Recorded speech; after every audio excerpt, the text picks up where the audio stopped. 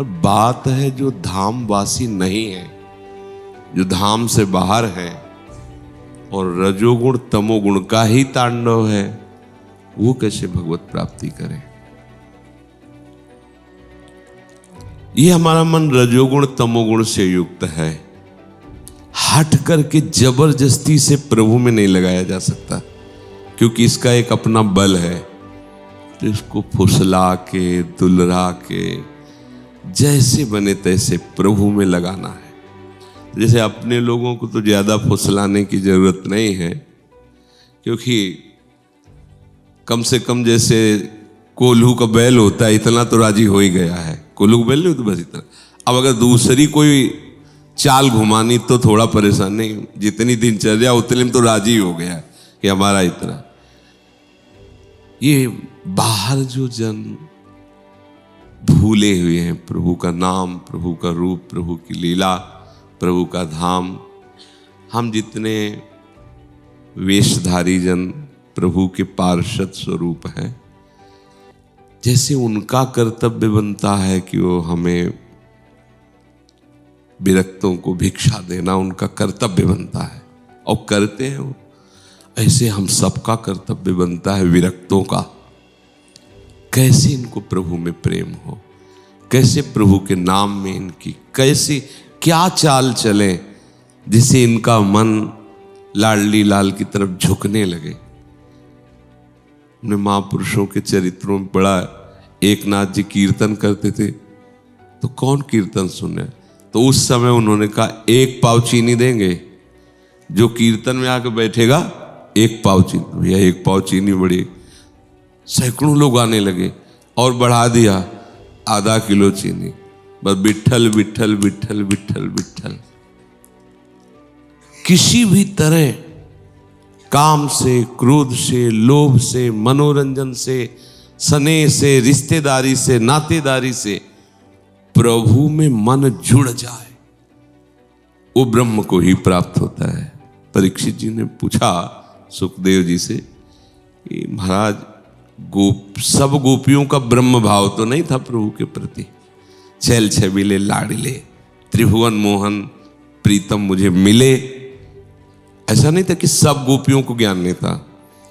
जो श्रुति स्वरूपा गोपियां थी वो तो ज्ञान स्वरूपा ही है ना, वो प्रभु से कह रही न खल गोपिका नंदनो भवा नखिल देहिना मंतरात्म दृक्। आप केवल यशोदानंदन नहीं, मुझे पता है आप समस्त देहधारियों के अंतर में विराजमान आत्मा है। न खल गोपिका नंदनो भवा नखिल देहिना मंतरात्म दृक्। ये है श्रुति गोपियां, ज्ञान संपन्न है, पर एक भोली भाली सहज जो नंद लाला से प्यार करती है ना, उनको मतलब है कि ये ब्रह्म है कि ये भगवान है, मेरा प्राण प्यारा नंद लाला। तो परीक्षित जी कह रहे कि इनको ब्रह्म भाव नहीं, फिर ये महामहिम बड़े बड़े परमहंस इनके चरणों की धूली, तो बिना ब्रह्म भाव के इनका कल्याण कैसे हो गया, कैसे इतनी ऊंचाई में पहुंच गए। भाई भाव भी तो होना चाहिए। तो तब से शुकाचार्य जी ने कहा कि भय से, स्नेह से, नातेदारी से, काम से, कैसे भी वृत्तियां जहां जुड़ी वो ब्रह्म है। तो तुम्हारा भाव हो चाहे ना हो, ब्रह्म का प्रताप आपके अनुभव में आ जाएगा। वृत्तियां जुड़ी राधा नाम से, चाहे जिस धुनी, चाहे जिस राग, चाहे जैसे, राधा अपने पुत्र को पुकार रहा है, नारायण, हरि पार्षद आ गए। जन्म जन्म की बिगड़ी संभल गई, एक नारायण अंतिम समय बुलाया अपने पुत्र को, नारायण एक नाम ने जन्म, राधा। राधा ये स्वयं भगवान जपते हैं। इसीलिए सबके भगवान का परिचय शास्त्रों से मिलता है, लेकिन भगवान का एकांतिक हृदय जहां लगा है वो तो कोई एकांतिक रसिकनन नहीं बताएगा, दूसरा नहीं बता सकता।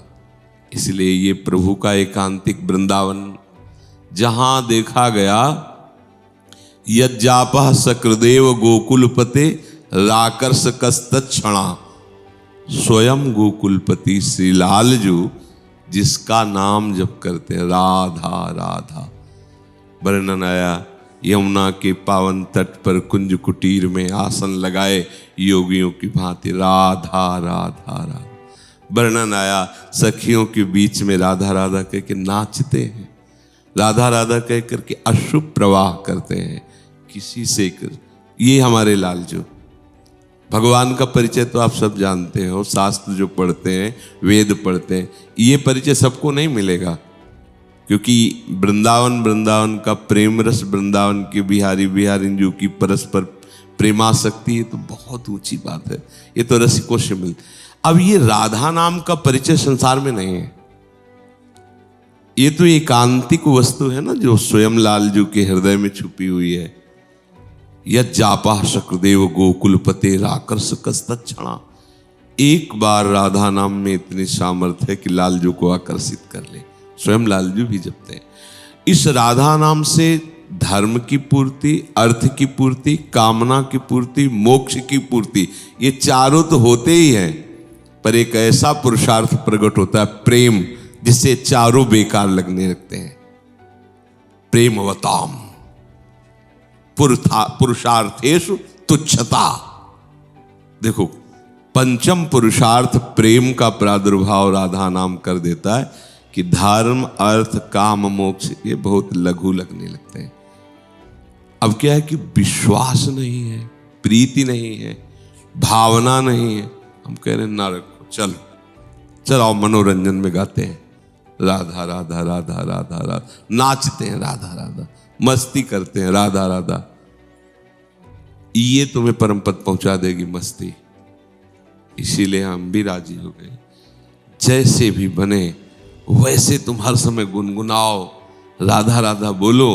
देखो कलिकाल है, और तो सब केवल प्रवचन ही समझना, दम नहीं रह गई है।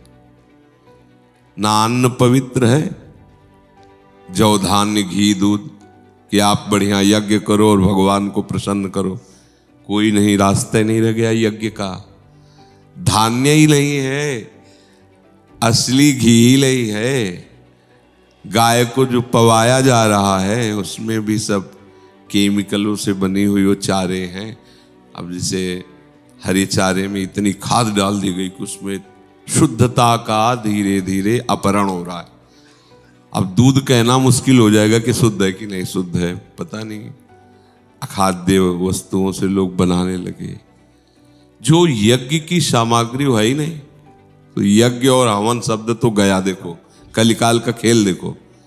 शुद्ध जौ धान्य घृत आदि काम, शुद्ध मंत्रों का अनुष्ठान करके पवित्रता से त्रिकाल संध्या करते हुए यज्ञ कराने वाले होंगे, पर हमारी दृष्टि में तो नहीं होंगे। सृष्टि भगवान की होगी, पर बाहुल्यता नहीं है, ये सब जान। बचा संयम नियम करके, प्राणायाम के द्वारा चित्त वृत्ति का निरोध करके परमात्मा में लगाना। ऐसे खान पान का प्रयोग चल रहा है कि अवस्था है 25 और ब्लड प्रेशर है हाई, लो, शुगर, बच्चा है 500 शुगर, अभी चलना नहीं सीखा, चश्मा लग गया। कौन सा योग होगा भैया? कलिकाल, मतलब योग शब्द से वियोग निश्चित है। प्राणों का संयम, इतना खा के पेट बढ़ गया है कि प्राण वायु का संशोधन करने की जगह नहीं रह गई, आंतों में चर्बी बैठ गई। प्राणों का संशोधन करके संयम नियम के द्वारा वृत्ति लगा सके, गया। आप देख लो खुद, जो हम कह रहे हैं उसे समझो। अगर फुस फस कर रहे हो तो इसलिए कि हम थोड़ा स्वस्थ रहे, भोगों को भोग ले, परमात्मा प्राप्ति के लिए नहीं। देख लो अपने हृदय में, प्राणों का संयमन करके, मन को एकाग्र करके, प्रभु में चित्त वृत्ति लगा के, ऐसा भावना भी नहीं रह गई है। अगर हम कुछ भी साधन भागवती करना चाहते तो हम स्वस्थ रहें और हमें खूब भोग अनुकूल मिले, उनको भोगें। यह आंतरिक वृत्ति, भगवदाकार चित्त वृत्ति का निरोध करके पाना बहुत कठिन हो रहा है। अब ध्यान, आंख मूंदो, प्रपंच ही दिखाई देता है, उसी को तुम मान लो कि हम ज्योति का ध्यान कर रहे हैं, या मान लो कि रूप का ध्यान कर रहे हैं। ये सच्ची बातें हैं। अरे ध्यान तो तब हो जब शीशा साफ होला। अब शीशा के ऊपर परत के ऊपर परत मल जमा है, तुम खड़े हो जाओ सामने तो तुम्हारा रूप नहीं दिखाएगा, दूसरे का क्या। अंतःकरण एक दर्पण है, तुम्हारा मन, तुम्हारी बुद्धि, तुम्हारा चित्त, तुम्हारा आम कलुषित हो गया है। इसमें आत्म स्वरूप का प्रतिबिंब पड़ रहा है, यद्यपि उसी के पावर से है, पर अनुभव में नहीं आ रहा। ज्ञान, उपनिषद शास्त्र पढ़ते हैं, छोटे छोटे व्यसन नहीं छोड़ पाते, देहाभिमान नहीं छोड़ पाते, कैसे ब्रह्मबोध होगा? बड़ा कठिन होता जा रहा है परमार्थ। मान प्रतिष्ठा की भूख इतनी बढ़ गई, कैसे भगवत प्राप्ति होगी? एक उपाय बचा है अब केवल, जब सब जगह दृष्टि डालते हैं, एक उपाय बचा है। जैसे भी हो, पवित्र हो अपवित्र हो, पढ़े लिखे हो ना पढ़े लिखे हो, भाव बन रहा है तो ठीक, नहीं बन रहा तो भी ठीक है, श्रद्धा है तो ठीक, नहीं श्रद्धा तो भी ठीक। एक उपाय है, सबका कल्याण हो जाएगा। राधा राधा राधा। दूसरा उपाय हमें नहीं लगा।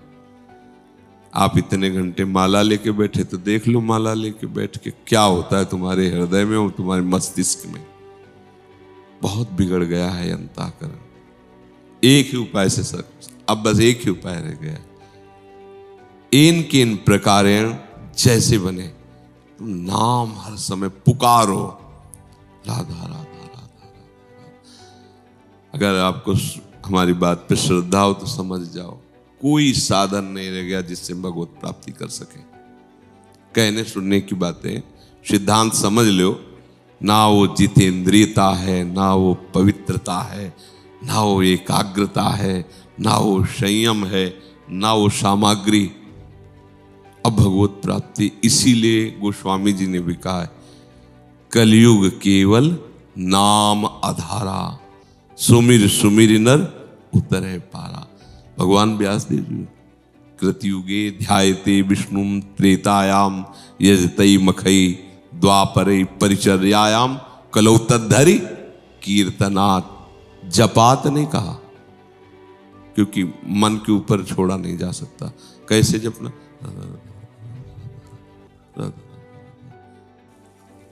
एक बार श्री कृष्णदास जी आगरे गए तो श्रीनाथ जी की सेवा के लिए भोग सामग्री, श्रृंगार सामग्री उस समय अच्छे आगरे में मिलती थी। तो वो आगरे गए, वहां देखा कि सैकड़ों लोग घेरे हुए हैं। क्या है, कौतूहलवश गए तो नाच गाना हो रहा था। वैश्या नाच रही थी, संसारी गाने गा रही थी। संसारिक लोग जैसे आकर्षित होकर रुपया देते हो, दे रही थी। नवीन अवस्था की वो गायिका और वो वैश्या। कृष्णदास जी ने देखा कि अरे भगवान का कहीं एक बार भी नाम नहीं, एक बार भी कोई भगवान की गुण महिमा का शब्द नहीं। हजारों लोग कैसे अपने समय को नष्ट कर रहे हैं, कैसे माया में भ्रमित हो रहे हैं। और ये बेचारी इन हजारों को रिझाने के लिए, जिनके पास रीझ कर देने के लिए कुछ नहीं है, मिथ्या ही वैभव तो संसार का है। ठाकुर जी की सेवा के लिए पैसे लिए थे, उनमें से ऐसे निकाल, वो जो जैसा समाज होता है सर, वो वैश्या उधर आती, जिसको पैसे हाथ में होते हैं तो उससे नजदीक आई और देखा, कहा ये तो अभी लो आपके गाने का, और अगर आप हमारे निवास स्थान पर आए, हम अमुक जगह रुके हुए हैं, तो आपको और धनराशि देंगे। वैश्या ने कहा हम तो अर्थ के लिए नाचती गाती, आप हमें दीजिए, बताइए कहाँ जाए। बताया अमुक जगह आगरे में रुके। परिकर सहित पहुंच गई नाचने बजाने गाने वाले पर। उनका एक बार तुम केवल हमें सुनाओ। सुनते हैं, 1000 रुपये लो। अब उस समय 1000 रुपये की बहुत बड़ी मान्यता। और कहा जितना तुम रुपया कहोगे उतना तुमको देंगे, हमारे साथ गिरिराज जी चलो, हमारे बादशाह हैं, उनको सुनाओ चल करके। अगर वो रीझ कहे तो तुम्हारा मांगना बंद हो जाएगा। अब 1000 रुपये थोड़ी देर के, उस समय बड़ी उनका परिकर भी बड़ा प्रसन्न हुआ।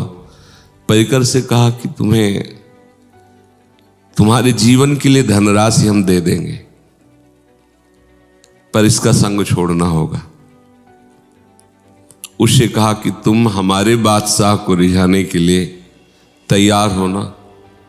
तो हम अर्थ के लिए तो गाती नाचती। बोले एक बार हमारा बादशाह रीझ गया तो तुम धनी हो जाओगी, तुम्हें किसी के आगे अब नाचना नहीं पड़ेगा। गिरिराज जी में अपनी कुटिया के बगल में कुटिया छवाई उसकी। अब तो हल्ला मच गया, क्या हो गया, कृष्णदास जी को आगरे से वैश्या लाए। देखो भाई, अब लोगों की, संतों की अपनी दृष्टि होती है, लोगों की अपनी दृष्टि होती है। वैश्या से कहा देखो हमारे बादशाह को रिझाना कोई सरल बात नहीं, बड़ी बड़ी साधनाओं से, बड़ी बड़ी योगाभ्यास से मुनि मन ध्यान धरत नहीं पावत। वो समझ नहीं पा रही थी कि कैसे बादशाह है। चलो मानसी गंगा स्नान करो, राधा कुंड, सब कुंडों में स्नान कराया, पवित्र रज गिरिराज की परिक्रमा की लगाई और कहा कि हमने चयन किया है तुम्हें अपने बादशाह के लिए, अब ये पद गाओ, भाव में भर करके गाओ जैसे किसी बादशाह को रिझाया जाता है। हमारे सामने पहले गाओ। उसमें ललित त्रिभंगी श्री ठाकुर जी की रूप माधुरी का पद में वर्णन। हाँ ठीक, चलो हम अपने बादशाह के सामने ले चलते हैं, श्रीनाथ जी के सामने। हाँ, और कहा चूकना मत, सामने बैठे हैं हम, जैसे कह रहे हैं वैसे ही तू गाय, देख रहे हैं, सुन। और ठाकुर जी से कहा कि हम ये वस्तु लाए हैं आगरे से आपके लिए, आपकी सेवा सामग्री लेने जाते थे, आपके लिए ये सेवा लाए हैं और ये भेंट स्वीकार कीजिए। वैश्या ने ठाकुर जी को ऐसे जैसे राजा महाराजाओं को प्रणाम करके और भक्त संगीत बजा रहे थे। जी ही ये पद गाकर पूरा किया तो सामने ललित त्रिभंगी कोट मनमथ साक्षात श्री लालजू महाराज, पीताम्बर धरास्त्रक भी साक्षात मनमथ मन। बस वो ऐसे करके गिर गए। वैद्यों ने देखा प्राण निकल गए। कृष्णदास जी ने कहा हाँ, हमारी भेंट ठाकुर जी ने स्वीकार। इस जीव को ऐसा भटकते हुए देख के लगा कि इसका कैसे ठाकुर जी से मिलन हो। एक जन्म क्या, करोड़ों जन्म लग जाते हैं इनका ये रूप देखना और इनके प्रेम में प्राण त्यागना।